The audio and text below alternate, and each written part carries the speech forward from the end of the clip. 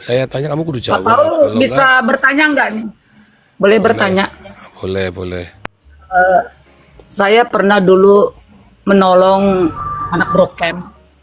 Saya didik dari SMP sampai dia menikah. Ketika menikah pun kita patungan gitu loh, untuk menikahkan dia. Karena katanya bahwa istrinya yang tadinya orang seberang mau mengikut agama kita. Nah, ketika memiliki anak yang kedua, tiba-tiba saya dengar kabar bahwa dia sudah menyeberang. Saya tanya sama dia, kenapa kamu menyeberang?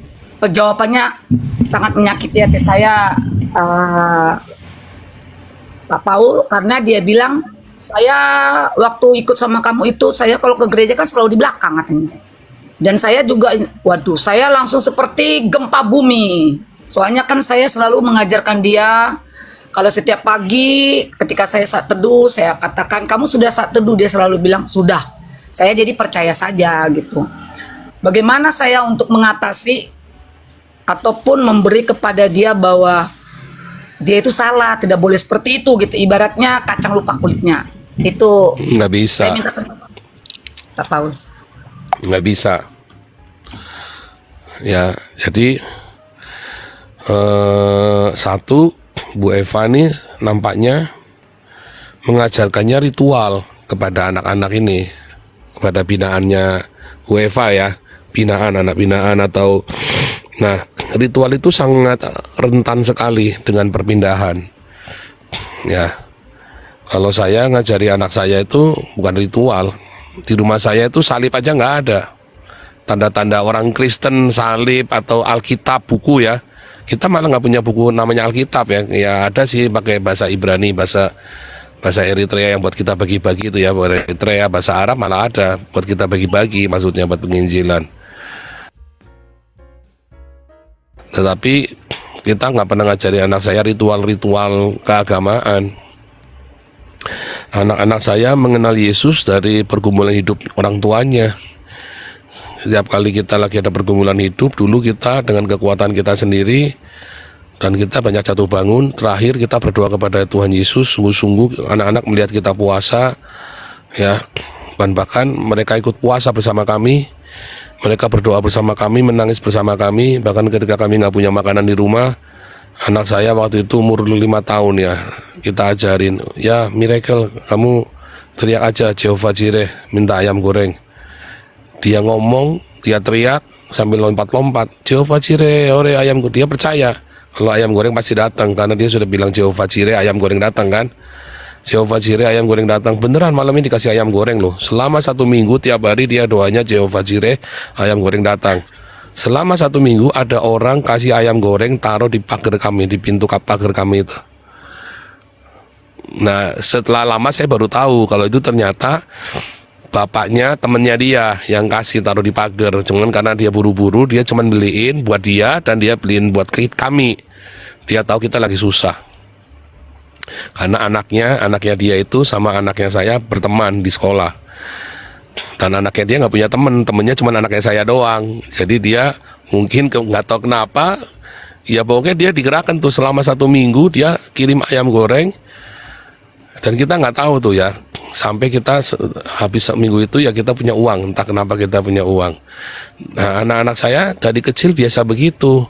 Kita nggak ngajarin ritual, tapi ngajarin mereka hidup dengan itu. Dari kecil kalau mau beli apa-apa, pengen beli ini, berdoa dulu ya. Saya selalu begitu, berdoa dulu deh. Biar saya punya uang juga berdoa dulu deh. Nah nanti tiba-tiba ada uang. Ya kemarin, ya banyak sekali lah ya, banyak sekali. Anak saya masuk Belanda harus punya iPad. Di sekolah di Belanda kan pakai iPad kan. Karena semua buku pelajarannya ada di iPad, pakai di PDF. Di iPad itu di e-book ya. Terus, wah gimana nih harganya? Paling murah 475 euro, sekitar 8 juta, paling murah ya. Saya kan asilum, refugee, mana punya saya uang. Terus saya bilang sama anak saya, ya berdoa sajalah. Biasanya berdoa kamu, ya teriak Jehovah Jireh. Dia teriak Jehovah Jireh, iPad datang. 1 bulan kemudian, nggak nyampe 1 bulan malah ya, dipanggil sama sekolah, ini ada yayasan yang ngasih peralatan sekolah gratis.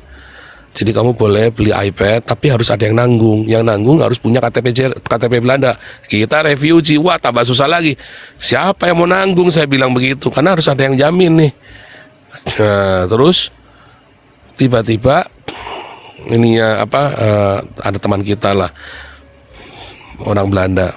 Dia ditelepon, ini kan kamu kan kenal orang ini, iya. Saya telepon ya. Ditelepon lah dia. Tapi masih kurang uangnya, sekitar 75 euro.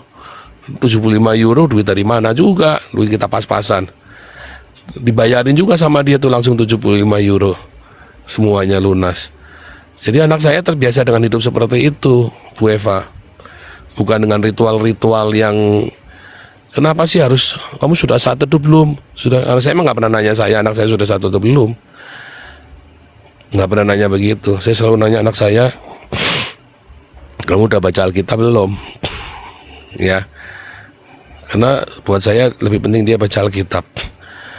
Dia bisa baca Alkitab sambil di WC, sambil di mana, terserah. Pokoknya baca Alkitab di dalam handphonenya dia. Kenapa dia baca Alkitab? Mau percaya Yesus, nggak percaya Yesus, ya Alkitab adalah buku yang bagus untuk dibaca. Begitu. Jadi pemikirannya sesimpel itu saja, Bu Eva, bukan ritual. Dan anak saya hafal Amsal 1-31 ya, di luar kepala. Ngotok dia. Ya nggak tahu sekarang ya, itu 5 tahun yang lalu saya suruh menghafal selama 1 tahun Amsal 1-31 tuh. Anak saya dihafalin satu-satu dengan telaten. Gitu ya, tapi bukan buat ritual. Tujuannya cuman saya pengen tahu Alkitab bisa dihafal apa enggak. Katanya nggak bisa kan. Anak saya hafal Amsal 1-31 King James ya. Dan dia menjadi, wah ini ada yang kasih apa nih, saya baru tahu nih ada binatang beginian. Indonesia aneh-aneh ya. Thank you ya siapapun tadi yang kasih ya, God bless you. Ya jadi siapapun ya, siapapun Anda, apapun Anda, jangan ajari anak Anda ritual, tapi ajari kehidupan. Anak Anda akan melihat dari kehidupan kita sendiri, Bu Eva. Nah, kalau sudah telanjur bagaimana? Kayak tadi, udah telanjur nih, kita nggak bisa ngapa-ngapain. Yang kita bisa berikan adalah ya kita hanya bilang minta maaf karena saya tidak bisa memberi teladan yang baik buat kamu. Itu salahnya Bu Eva. Bukan karena Bu Eva salah ngomong, salah ngajar, bukan karena Bu Eva tidak memberikan teladan buat dia. Selamat sore semuanya. Terima Apakah kasih boleh ya. saya? Iya Bu Eva. Jadi Pak. jangan tertuduh Bu Eva, jangan tertuduh. Tapi tetap harus minta maaf sama dia. Bilang, saya salah tidak bisa memberikan teladan buat kamu. Saya minta maaf kepada kamu. Tetapi saya mendoakan supaya kamu kembali kepada Tuhan Yesus. Gitu aja Bu Eva. Itu ya Bu Eva ya. Siap, amin. Terima kasih. Selamat sore, host. Selamat sore Pak Pendeta. Ya. Apakah boleh saya menanyakan 2 pertanyaan Pak Pendeta? Boleh. Siapa nih? Aga Silakan Satiawan Pak. ya. Yang lain tolong di mute ya, biar Kak ini. Gantian ya. Ini Aga Satiawan ya. Oke, nama saya kenalkan diri dulu. Nama saya Aga Setiawan. Alhamdulillah saya beragama Islam. Saya hanya ingin mau menanyakan beberapa pertanyaan ke Pak Pendeta. Yang pertanyaan pertama, mohon maaf Pendeta mengganggu ya di acaranya, mungkin ada orang Muslim masuk gitu. Ada pertanyaan. Lanjut Pak. Pertanyaan pertama, apakah boleh jika seorang Islam atau orang Muslim menikah dengan non-Muslim menurut agama di Pak Pendeta? Itu yang pertama. Yang kedua,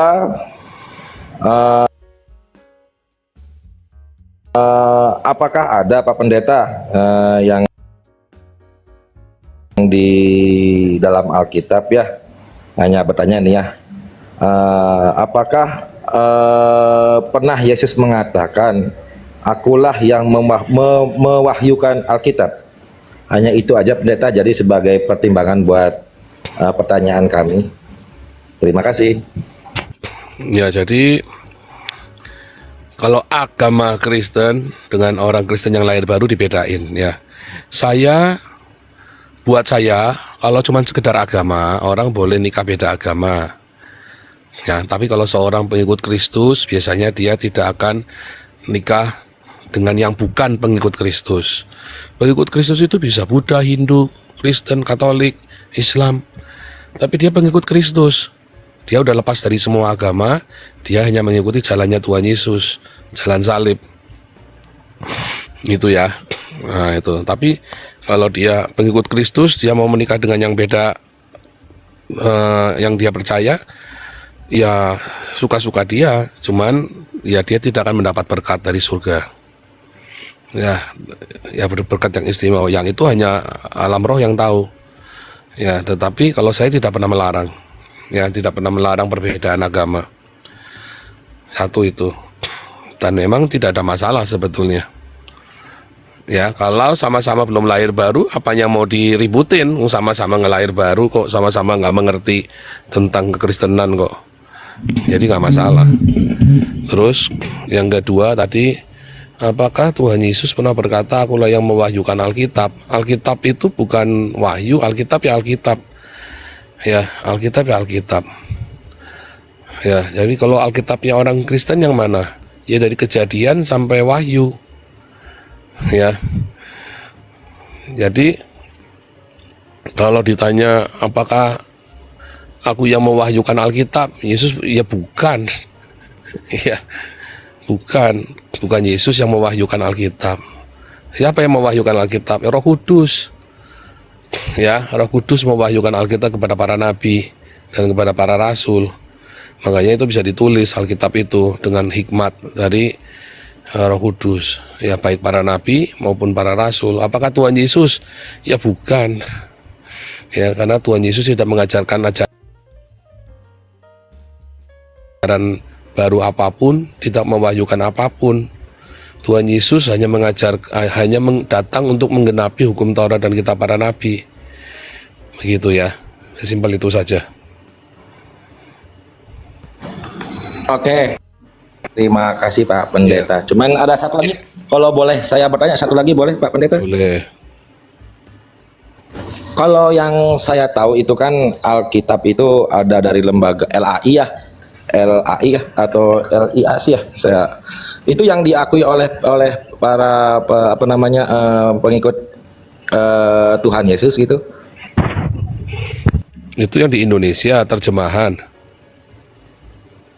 Itu lembaga penerjemahan, ya, gitu ya. Banyak, nggak cuma LAI, ada ILT3, ada terjemahan dunia baru, ada apa lagi tuh, wah banyak gitu ya. Terjemahan banyak di dunia ini, banyak sekali, ada 28.000 terjemahan. Berarti yang 2.800 atau 28.000 yang kemarin saya baca.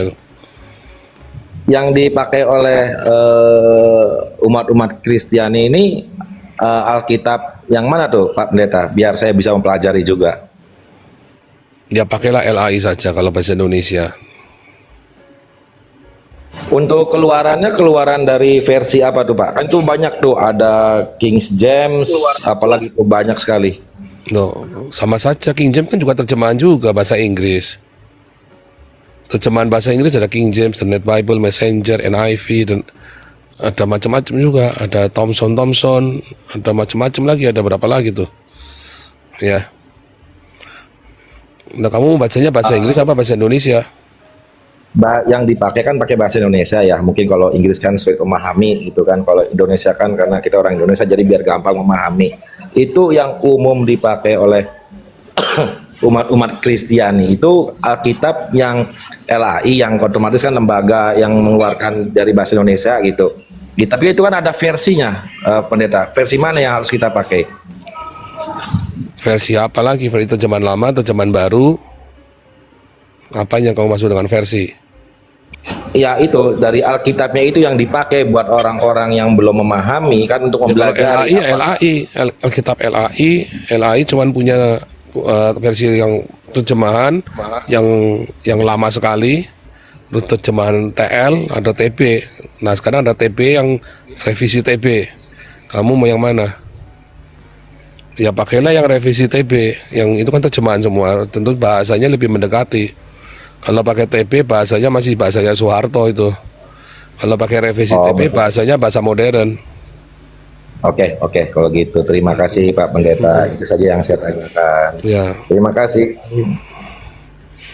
ya karena ada 28.000 ya, 28.000 bahasa ya.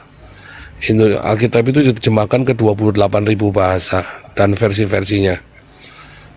Versinya Alkitab cuma satu ya saudara ya, Alkitab itu cuma satu, bahasa aslinya ya cuma satu, tapi versi terjemahannya ada 28.000 bahasa ya. Beda kalau Al-Quran itu versinya banyak ya, mushafnya banyak ya, mushafnya banyak, terjemahannya cuma dikit, 150, cuma 150 bahasa ya Al-Quran itu ya, begitu. Shalom, Nabi yang meluruskan pencabulan Nabi sebelumnya. Ya, shalom, shalom.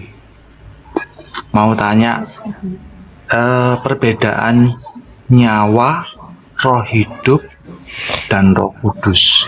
Jadi ada 4 nyawa, nafas hidup, roh kudus, dan roh manusia. Jadi Terima manusia itu terdiri dari tubuh, jiwa, dan roh. Ya, rohnya roh Allah sendiri. Ya, roh itu roh Allah sendiri. Kemudian roh Allah ketemu tubuh jadilah jiwa. Nah, yang disebut dengan orang suka latah bilang roh manusia itu jiwanya manusia itu. Jiwanya manusia itulah roh Allah sendiri.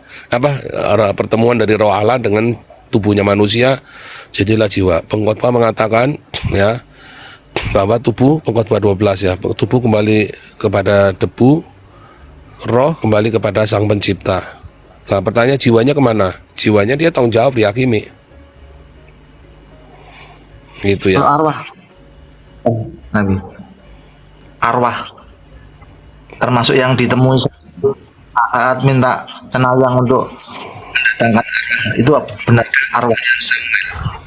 Kalau yang dimaksud dengan arwah itu ya jiwanya itu. Yang ada di Hades kan jiwa kan. Samuel kan jiwanya di Hades waktu itu. Ya, itu ada di kelas apologetik ya. Saya kalau nerangkan itu panjang sekali. Singkatnya seperti itu. Ya. Arwahnya Samuel itu jiwanya Samuel itu. Arwah, orang bilang arwah itu ya. Soul, nefes. Ya kan? Itu ya, nekromantik, memanggil orang mati. Gitu ya. Ini tubuh jiwa roh. Manusia terdiri dari tubuh jiwa roh, tubuhnya kembali ke tanah, rohnya kembali kepada Pencipta, jiwanya itu yang dihakimi. Ya. Berarti roh dengan nafas hidup, Nabi. Ya sebenarnya namanya roh manusia ya roh Allah sendiri, jiwa ya jiwa, roh ya roh. Cuman harus latah orang gitu loh. Tapi yang namanya roh ya roh. Roh manusia ya roh manusia itu kayak air nih. Ini kan air, ya kan? Ini air. Ini air. Tadi air saya tuang kemari, ya kan? Ya sama. Tadi air dalam botol besar masuk ke dalam botol kecil. Nah, sama roh Allah, sumber segala roh dituang kepada manusia, jadilah roh manusia. Ya kan, kayak air taruh di ember, taruh di gelas, taruh di radiator. Jadi air radiator, tapi kan sumbernya sama air. Gitu, sama ya air. Begitu. Pak Pendeta, ini saya baca komentar-komentar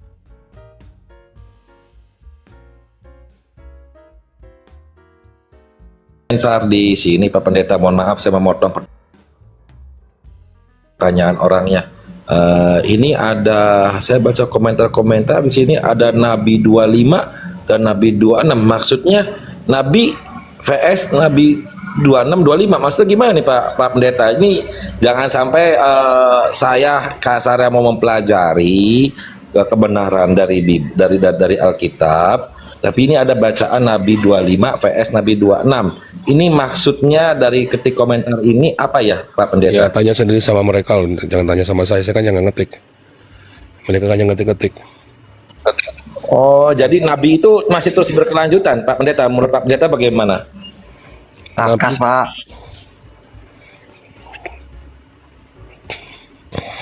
Ini gitu ya.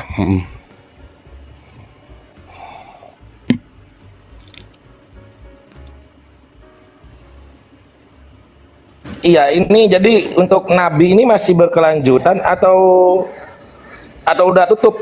Di sini nabi terus berkelanjutan. Kalau saya baca nih sebenarnya kalau mau belajar Bible, mempelajari Alkitab ini saya keder juga kalau seandainya nabi masih berkelanjutan, Pak Pendeta. Kamu cara belajar Alkitabmu salah sih. Kamu belajar Alkitabnya sama siapa? Kamu kesini tiap hari belajar, kamu tanya satu pertanyaan, dua pertanyaan. Kamu nanya dari ajaran ustadz yang salah. Nah, kamu mau belajar Kristen, kamu belajar sama siapa? Kamu harus ada gurunya. Siapa yang mau ngajari kamu Kristen? Untuk kamu belajar menjadi Kristen, kamu harus dibaptis. Nah, baru kita muridkan kamu. Itu. Oh, jadi kalau saya mempelajari isi dalam Alkitab itu wajib untuk masuk ke untuk dibaptis dulu, baru bisa mempelajari isi Iya. dalam Alkitab, begitu Pak Iya, Pendeta? kalau nggak kamu nggak akan ngerti selamanya. Kamu nggak akan ngerti. Yang bisa adalah Kalau kamu begitu. tambah nggak bener, iya. Kalau kamu cuma cari-cari yang nggak jelas. Nah, tapi kalau kamu cuma mau sekedar baca Alkitab, ya bacalah dari ujung sampai ujung, dari depan sampai belakang, udah baca aja. Nanti ada satu perkataan mungkin yang bisa menggerakkan hatimu untuk bertobat. Gitu ya. Jadi kesimpulannya, jadi kalau saya mau mempelajari isi dalam Alkitab, berarti saya harus dibaptis di gereja-gereja terdekat gitu, Pak Pendeta. Salah, saya nggak bilang begitu. Ya, kalau kamu mau menjadi muridnya Yesus, ya, kamu harus dibaptis. Nah, baru kamu bisa diajari yang benar tuh. Kalau kamu minta diajarin dulu, baru kamu mau dibaptis, nah itu biasanya nanti hayal-hayalan. Gitu. Iya, maksudnya gini Pak Pendeta, ini kan saya kan lagi mempelajari gitu kan, mempelajari isinya dalam Alkitab. Berarti kata tadi pendeta bilang kalau mau mempelajari isi Alkitab harus dibaptis dulu. Sedangkan kan saya dari mungkin lokasinya kan dengan Pak Pendeta mungkin jauh ya. Kalau saya kan di Jawa Barat di Cirebon, otomatis kalau saya di Cirebon otomatis harus dibaptis itu ke gereja-gereja terdekat dengan saya dong Pak Pendeta. Nggak usah ke gereja, saya kan ada tim yang untuk baptis orang. Saya di Indonesia punya puluhan orang buat baptis orang. Kita di Indonesia udah baptis ratusan ya. Melalui YouTube saya itu kita sudah ratusan baptis orang tuh. Kita ada tim yang membaptis di Indonesia. Gitu. Ketika dia dibaptis, terima Yesus sebagai Tuhan dan Juru Selamat, dia dibaptis, maka dia bisa kemudian dia bisa belajar dengan benar. Nah, kalau kamu mau cuma sekedar baca, ya baca Kebetulan aja kan dari Kejadian sampai Wahyu. Itu. Kebetulan kan di dekat dengan rumah saya juga bersahabat dengan seorang pendeta di gereja di Cirebon. Saya juga sempat bertanya kepada dia, saya mau gimana mempelajari Alkitab. Kata dia sama seperti Pak Pendeta bicara, harus dibaptis dulu baru belajar Alkitab. Nah, saya bertanya itu ke gereja mana? Ke gereja tempat dia di gerejanya dia gitu kasarnya. Nah, saya bertanya lagi, saya juga berteman sama pendeta lagi, satu lagi di tempat saya bekerja, kebetulan di kotanya beda di Karawang gitu ya. Saya bertanya lagi, dia bilang harus ke gereja saya, baru nanti saya akan mempelajari Alkitab. Ini sebenarnya saya kalau mau mempelajari Alkitab, ini dari teman saya mengajari ke kampung saya untuk masuk gerejanya, ini dari segi teman kerja suruh ke gerejanya temannya dia gitu loh. Ini sebenarnya saya harus kemana Pak Pendeta? Jadi biar berikan pencerahan gitu. Yang membaptis kamu, yang ngajarin kamu nanti. Begitu. Siapa yang baptis kamu, nanti yang ngajarin kamu itu. Nggak usah bingung-bingung. Ya. Izin Pak Pendeta, terima kasih. Ya. Shalom. melanjutkan tadi pertanyaannya. Ya. Setelah manusia tadi kan terdiri dari roh dan Roh Kudus. Kemudian kalau yang membedakan manusia yang belum dibaptis dan belum percaya dan belum dibaptis roh, baptis dalam roh, Itu apa yang membedakan rohnya? Kan bilang aku kan memperbarui rohmu kan. Dalam Yeskel 31. Yeskel Yeremia 31 juga ya. Aku kan memperbarui rohmu. Aku akan menaruh rohku di dalam rohmu, ya kan? Hukumku Oh, itu akan ya. kutulis di hatimu. Itulah Roh Kudus kan. Jadi kita semua punya Roh Allah di dalam hidup kita. Cuman karena kita yang Roh Allah dalam itu yang kita sebut dengan hati nurani itulah. Tapi karena kemudian daging kita lebih kuat, kita nggak mau dengerin. Makanya ada orang bisa tiba-tiba bisa terima Yesus karena ada Roh Allah di dalam hatinya dia. Dan tiba-tiba dia mau dengerin. Karena memang Roh Allah itu selalu memberitakan kepada kita tentang janji keselamatan melalui Yesus Kristus. Kemudian ada yang Berarti memberitakan, lalu ada yang memberitakan, lalu orang percaya sama dia. Lalu dia percaya, oh benar, hati nuraninya bersaksi, ya kan? Itulah Roh Allah dalam hidupnya dia. Tetapi apakah dia penuh Roh Kudus? Ya bukan, belum. Ya penuhan Roh Kudus adalah rohnya itu yang lemah itu diperbaharui, dipenuhi lagi. Berarti selama orang itu belum menerima kebenaran Kristus, berarti orang itu tidak akan selamanya tidak akan pernah menerima Roh Kudus itu ya, Pastor? Nggak bisa. Jadi dia hanya mengandalkan roh hati nuraninya dia itu saja, ya, yang dibawa dari waktu dia lahir kan. Masalahnya hati nurani itu kan kemudian bisa bergeser. Kenapa? Karena dikotori dengan apa? Dengan hawa nafsu kan. Tergantung dia lingkungannya di mana. Kalau dia lahir dalam lingkungan Islam, hati nuraninya kan berbeda dengan orang yang lahir dari lingkungan Kristen atau Buddha, ya kan? Seperti itu. Iya, saya bantu jawab Pastor ya. Shalom. Salam. Iya, artinya kan firman Tuhan katakan bukan kamu yang pilih aku yang pilih kamu. Itu yang pertama. Loh, berarti nanti Tuhan kalau memang nggak pilih-pilih nggak terjadi dong. Bukan gitu. Tinggal masalahnya kita mau buka hati atau enggak. Dalam Wahyu katakan, aku mengetuk pintu hati. Siapa mau bukakannya, aku akan makan bersama-sama dengan dia. Jadi ketika Bang Aga itu mau dibaptis, itu harus ada indikatornya. Indikatornya itu apa? Ya kan? Orang dibaptis karena percaya. Indikatornya pasti biasanya karena mendengar tentang nama Yesus, karena diinjili orang, ada juga karena dengar lagu-lagu rohani, ya, ada juga karena ngelihat berpikir juga secara logis. Kok ternyata orang Kristen itu hidupnya beda dan lain sebagainya. Itu banyak tuh, ya. Lalu realita yang Kan Sana masih udah sore ya, sana ya. iya, udah ini udah sore. James, itu silakan buka suaranya tuh, mute-nya. di mute suaranya tuh. Di mute, dibuka mute-nya. Iya, Shalom silakan. Pak Paul. Shalom James. Wah, senang sekali bisa ketemu Pak Paul nih, bisa ngomong-ngomong nih. Lu, Biasanya sering lihat di YouTube. iya James. Pak Paul, Ya James. ini kan sebentar lagi kan Prabowo kan jadi presiden. Ya. Wakilnya kan Gibran. Nah, seandainya Pak Paul ini mau jalan-jalan ke Indonesia, sudah aman nggak? Nggak bisa. Aman nggak? Nggak bisa. Nggak bisa ya? Soalnya paspor saya ada tulisannya nggak boleh ke Indonesia. Oh, gitu. Udah dicabut itunya. Paspor saya ada tulisannya Outgezonden Indonesia.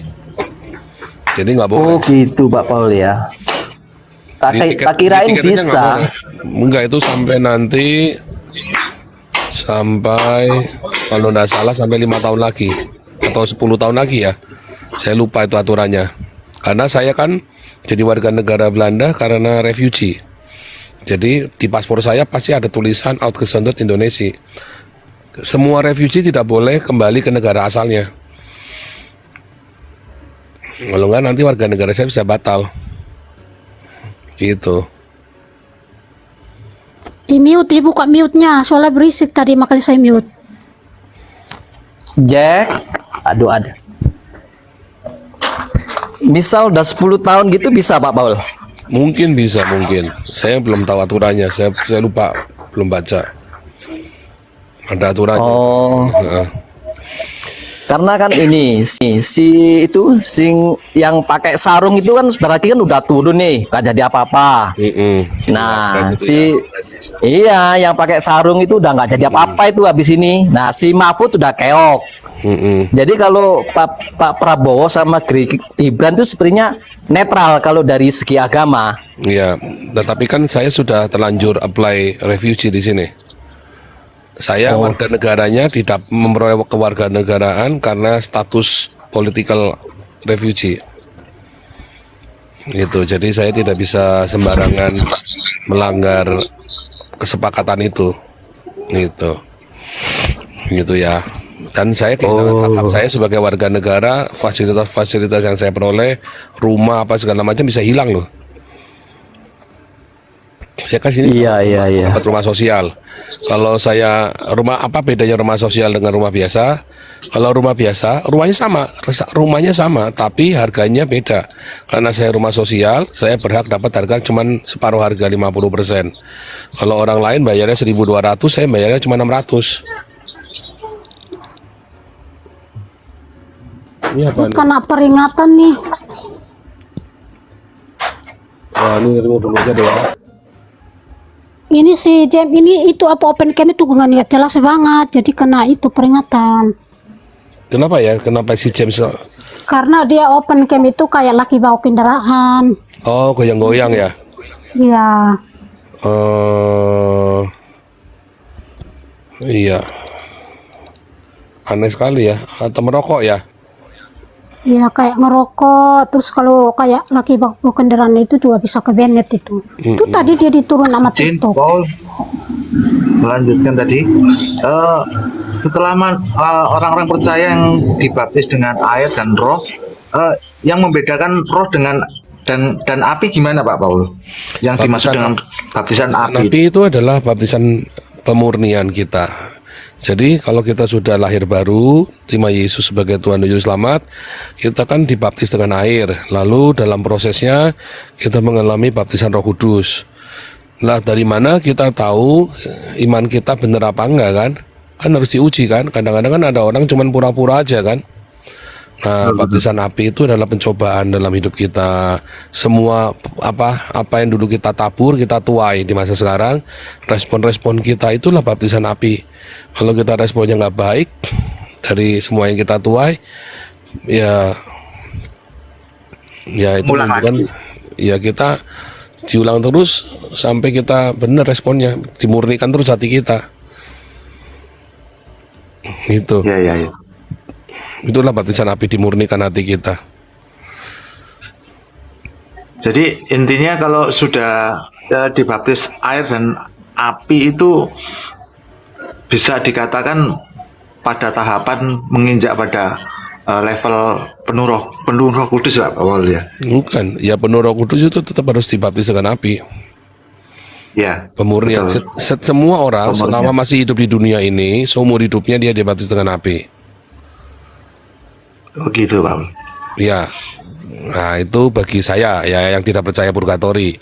Nah, bagi orang Saya percaya itu Pak. Bagi orang Karena sudah Katolik, mengalami. bagi orang Katolik yang percaya purgatori bilangnya nanti penyiksaan penyuciannya nanti kalau udah mati. Tapi kalau saya nggak percaya, sekarang penyuciannya sekarang. Makanya responnya sekarang. Betul. Sampai hati kita murni, sampai hati kita beres, bersih, sampai hati kita tulus, ya kan, nggak ada yang niat-niat yang nggak baik. Betul. Pasti nanti tiba-tiba kita menuai apa yang baik. Itulah yang bilang mahkota kita itu, ya kan, kita menerima mahkota kita. Karena kan dimurnikan sampai emas itu kan dimurnikan sampai murni kan. Betul. Itu.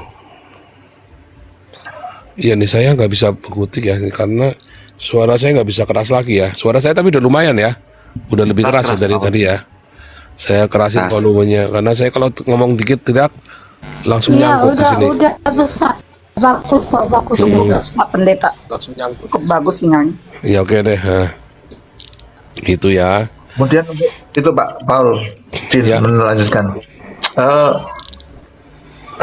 Definisi penuh Roh Kudus itu kan bukan berbahasa lidah ya? Bukan. Gimana Pak Paul? Bukan. Ya.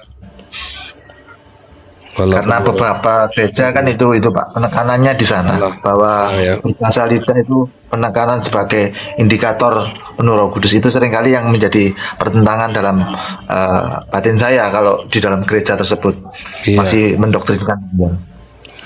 Ya kurang pas itu, makanya akhirnya jemaatnya banyak yang rontok, kecewa, katanya udah Betul, Roh betul. Kudus bisa jadi Islam. Betul. Saya bingung jadinya. Ya, kayak si Anja itu dan Cemumek itu ya, katanya penuh Roh Kudus bisa jadi Islam. Nah itu saya keter Termasuk itu. almarhum Tan Agustan itu. Kalau Agustan itu, ya Agustan juga, tapi Agustan itu terakhir udah kita doain ya. Agustan itu kembali kepada Tuhan Yesus, anaknya yang bilang. Jadi dia nelpon saya, nangis-nangis, terus saya doain, terus kan dimualafkan lagi kan sama Hani Christian. Tapi waktu di ICU itu, yang nungguin si Zelda, berdoa kepada Tuhan Yesus berdua. Jadi katanya itu pura-pura, syahadatnya itu pura-pura, makanya kan salah katanya kan. Yang tahu sih anaknya itu ngasih tahu istri saya. Enggak kok tante, itu terakhirnya tetap sama Tuhan Yesus berdoanya kok sampai akhir matinya. Semoga demikian. Ya kita nggak tahu, yang tahu Ya. kan cuma Agustan aja, ya kan. Betul. Tetapi Karena memang kami dari awal sudah sangat menentang dan bukan melaknat ya, karena dia menghujat dengan membuat gambaran anak kecil yang santri-santri menjadi pendeta itu yang nyebrang sungai itu. Sejak itu kami, biarpun satu kandang dengan kami merasa dilecehkan itu sebetulnya, saya mengomentari. Tapi kalau sudah akhirnya dia berkemenangan, demikian yaitu Kan semoga Tuhan Tuhan mengampuni. Yesus Tuhan Yesus lebih mau orang ini masuk surga daripada masuk neraka kan. Betul, setuju. Ya, jadi saya kira selalu ada celah untuk bertobat. Itu loh, walaupun si Agustan sudah ngancam-ngancam mau bunuh saya 2 kali kan. Terakhir 2 kali kan saya bilangin, aku ngampuni kamu Agustan. Saya bentak dia kan. Saya ampuni kamu Agustan. 2 kali saya telepon. Makanya yang ditelepon saya. Kenapa yang ditelepon saya? Ya karena yang memberikan pengampunan saya waktu itu. Si Yudi Mulyana kan juga Dan sama. yang mencarikan donasi. Yang Ya. mencarikan donasi. Dan kemudian saya carikan donasi kemudian setelah itu kan. Itu kalau dulu donasinya diterima, Agustan nggak jadi mati itu. Karena uang 50 juta itu dan uang dari tambahan dari Mualaf Center 10 juta dan tambah dari si HMC 10 juta itu dengan 70 juta itu cukup buat operasi jantung itu. Lebih dari cukup itu. Ya kan?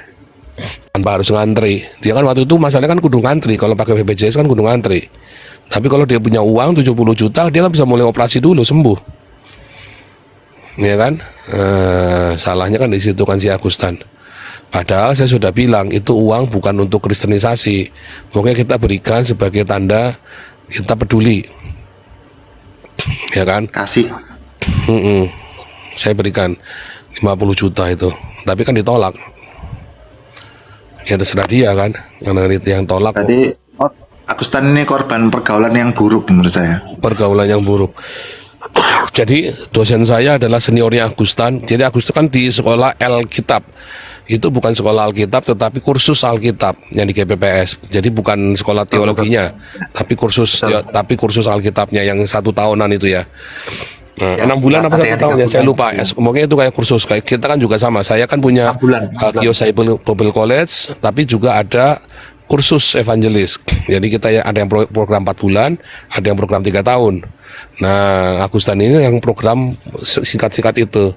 Nah, seniornya Agustan yang juga yang dari sekolah Alkitab, yang sekolah teologi di sana, yang pernah praktek bareng, berkata Agustan itu dulu baik. Makanya dia heran ketika Agustan mulai sumpah serapah begitu, mau sembelih ini sembelih itu, jihad ini jihad itu, dia bingung. Agustan dulu ndak begitu loh. Itu dosen saya dulu seniornya Agustan ya. Jadi dosen saya bilang dirawat ya, kamu bisa masuk. Ya nggak tahu, ini kelihatannya bisa nih. Saya lagi injili dia terus. Terakhir ya itu tadi saya senang sekali dia telepon saya ya. Yudi Mulyana juga sama ya. Yudi Mulyana juga terakhir telepon saya sebelum dia mati. Pertama kali dia dilawat Tuhan, dia telepon saya.